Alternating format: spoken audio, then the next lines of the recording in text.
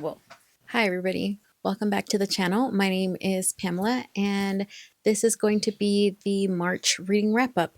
I know I've mentioned it in January that I wanted to do a new format, and that was to film my reaction after I read a book, and then that way it's like more fresh in my brain instead of waiting till the end of the month.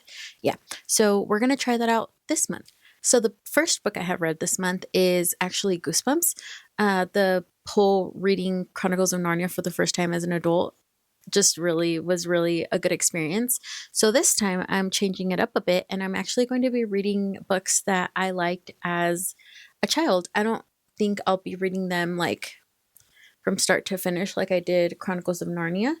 I'm probably going to spread them out throughout the year, but I wanted to start and kind of introduce that idea on here.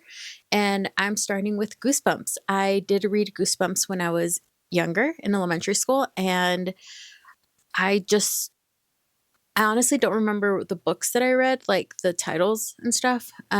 So there's a few that I remember that were probably like my top favorite. One of them has like one of those ventriloquist dolls, I think, in the cover. And then another one was one where you kind of picked, like, you got to a certain point and then it said, like, for like this, you had to pick, I think, one of two like pages, and then you kind of went to that page to continue the story. And depending on what you picked, you kind of got a different ending. So I remember those two very vividly. Other than that, I don't remember a lot, but I do know I read them, and I know that it was like one of our classroom favorites growing up. I think as a whole, we just all really liked Goosebumps. So our teachers, I remember, would just like have story time with us as a class, I think, to help us wind down a little bit, and they would read to us. So I do remember a lot of that. So I'm starting with the first book in the original series. I believe the original series has 12 books. So I just finished the first one, which is Welcome to the Dead House. In it, we are following a family. It's mom, dad, Amanda, Josh, and Petey. Petey is their dog. And right away, we find out that they are touring this old creepy house because it's kind of the dad got a letter saying that he had inherited this house from an uncle that he doesn't remember, but it's free. So the parents go take a look. The kids right away figure out that it's creepy. Something's not quite right. We meet another little creepy boy somewhere around and in the house. And yeah, so they tell the parents right away, and their parents are like, it's free. So we're going to move here. And their dog, Petey, is like one of the main characters. And I thought that was so cool. Petey does not like the realtor that's giving them the tour. And the kids find that weird. And the parents kind of do, but they overlook it because, again, the house is free. So, you tend to overlook things. But the kids, they're like, Petey likes everybody. Why isn't he liking this guy? Type of thing, kind of vibe. And Petey runs away, and he runs away to the cemetery. And then they move, they get him. He runs away, but then they find him and they get him. And then they move in. It's a free house. Did I say it's free? It was a free house. And honestly, in this economy, I probably would overlook a lot of creepy things if somebody told me, here's a free house. But yeah, so that's kind of the premise at the beginning of the book. And then from there, things just take off. I do not remember things being this creepy. It's spooky. It's eerie. It's like a ghost town vibe type of town. And the name of the town is Dark Falls. So that should have been another thing the parents could have looked at, I don't know. And yeah, I mean, a bunch of if you're into like ghosts and like the paranormal activity and all that, read this book. It's really good. It's not, I mean, I felt like it was intense because I just went into it not really doing a lot of research, which is how I tend to prefer to go into my books, but it was very, very eerie, and I highly, highly, highly recommend it. I'm excited to continue reading. I know I said I wasn't going to necessarily jump into all of them, but I did get the second book from Libby. I actually have the second and the third book on my Kindle right now, and I'm already halfway done through the second one. Honestly, I'll probably finish it today. But that was the update for number one. The ending is crazy. I'm not going to give away the ending, but it's just super, like, the climax is just so high. And honestly, it delivers. It really does deliver. The ending, literally, like the last paragraph of like the book, it leaves, I don't know, like, I went on Reddit after I read it, and there's just so many interpretations of the ending and what it could have meant and what it could mean. And I think that's beautiful, honestly. Like, sometimes, I don't know, like, I kind of like the idea that this is written for children. I mean, not very little children, but like preteens, teens.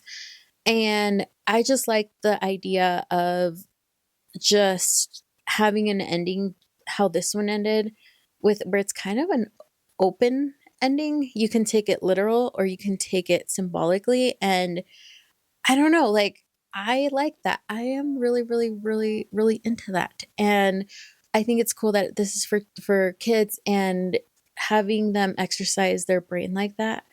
I like that. And I think a lot of our youth is craving that right now too, because everything is just so fed to us. I think reading things with open endings, it could be frustrating, but then at the same time, it leaves room for your own interpretation, and I really, really like that. So, highly recommend Goosebumps, at least the first book so far. The second book is still turning out to be great, but because I already know from the first book, I already know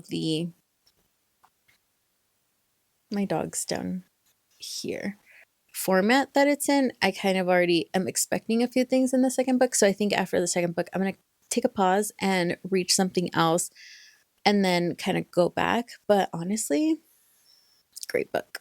Great, great, great book. Hi guys. So it's the end of the month. Technically, it's already the beginning of April, but March has ended, and honestly, February turned out to be a better reading month than March. I only read 2 books in March, and I started 2 other ones, and I have not finished those 2 other ones. So let's talk about it. So the second book is the second Goosebumps, and that book is Stay Out of the Basement. In this book, we're following Dr. Brewer and mainly his 2 kids, Casey and Margaret. His wife is kind of in the book, kind of not in the book. So she doesn't really play like a huge role. So it's mainly those 3 characters. And at the beginning of the book, we find that Dr. Brewer has been laid off from work because he was conducting some experiments. He's a botanist. He does things with like plants and flowers and all that. And he's a scientist. So some of his experiments, we learn fairly quickly that they kind of got out of control, and he was laid off. And we also learned that he did bring that like said experiment that was getting out of control to his house, so he can continue working on it, so he could prove himself to the board that laid him off pretty much. The kids kind of start to notice that their dad they notice that he's off because he has been laid off, but they start noticing other little things about him that are not normal for him, and they kind of start questioning and getting sad, which this part of the book made me sad because I don't know, like, the kids showed so much empathy, I think, for their dad, and, I don't know, just kind of went to show how, like, kids do pay attention and stuff. I think there's, like, a bigger conversation that could be had about this, but that's pretty much the gist of, how the story begins. And the mom is kind of like, oh, don't worry, like, don't stress your dad out. He's stressed out. Like, let him do what he's doing. Let's focus and let's, let's do our stuff. But then the mom's sister or something like that, I don't remember at this point, one of her family members got sick, so she had to fly out. So then the mom leaves, right? So the kids are left with their dad that's kind of not present. Um, and then things start to kind of escalate from there as soon as the mom leaves. The kids lose a frisbee, I believe it is, or they were playing, I don't remember at this point. This was like at the beginning of the month. I don't remember. I didn't take notes. But the point is they go to the basement and they take a peek and things are weird and things go kind of bad at this point. And the dad catches them and then he gets really, really, really, really upset. And it's kind of seems like the dad had never been this upset with them because like their reaction that they had to like the dad like yelling at them pretty much to like stay out of the basement. And from there the story just takes off. It's very intense. There's a lot of how do I say it? I don't want to say gross because it's not that gross, but I think if I don't remember reading this book, but I feel like if I would have read this book when I was little, I probably would have been a little bit scared of plants, just a little bit. So yeah, I mean, it's intense.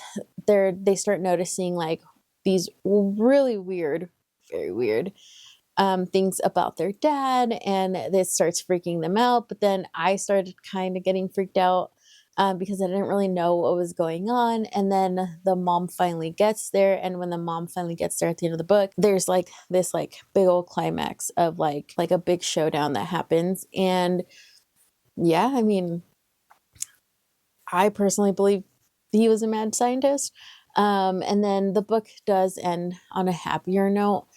However, like the first to Goosebump book, it kind of leaves on a like double meaning ending where it could mean it like they lived happily ever after, or did they type ending. So that's, I don't know. I've realized that I am really enjoying those kinds of endings in these Goosebump books. And that's honestly the only book I've read. There are two books that I did start reading. One of them is the love stories of the Bible Speak. This is from my local library. My best friend, she recommended this book. And honestly, it's been really, really, really good. It brings light to certain relationships in the Bible, whether it's a love relationship, um, like a friendship one, and there's just different variety of relationships in this book, and every chapter is a different story or a different relationship from the Bible. And I've really enjoyed it. Yeah, it says biblical lessons on romance, friendship, and faith. But I am taking my time with it. Like I said, each chapter is a story. So I have just been reading one chapter. I stop, kind of process it, and then, see the lessons that are in it, pray about them, live with them for a little bit, and then I pick up a new chapter, which is a new story. So yeah, that's what I've been reading. The next book that I'm reading is The Hunger Games. Actually, this is a reread. I'm not reading it for the first time. I read this when I was in when I was in my senior year of high school. It was my freshman year of college. I read this and I remember loving it back then. I read the first three and then the movies came out and I watched the movies. But yeah, the new book just came out and I was going to jump into it, but I kind of wanted to reread the first original three books, before reading the newest one, because people have been having very emotional reactions to that book, like to the ending of that book. And I'm scared that if I don't remember a lot of the smaller details, it's not going to get me that emotional, if that makes sense. So I've been rereading this, and right now I am about 50% of, actually probably a little bit over 50%. This is a study I have to finish. I'm on chapter 16. And guys, I have been enjoying this book so much. I do remember all like the big major plot points of the story and the books, but I didn't realize, I didn't remember a lot of like the little details that are very symbolic that Suzanne Collins includes, and I'm just loving it so much more. Um, I've been on Threads. I've been kind of like live reacting to things. So if you have Instagram and Threads, go follow me on there, because I have been kind of reacting and giving a little bit of like certain plants and certain scenarios that happen to Katniss. I've kind of started to become part of like book thread community, I guess. I don't know. The book community on Threads. And it's been super fun. We've had a lot of good conversations over there. So yeah, I hope you guys had an amazing March. Let me know what you guys read. If you recommend anything that was like 5 stars for you guys that I should add on my TBR wish list, reading wish list. Yeah, so that's all I have. I'll talk to you guys later. Bye.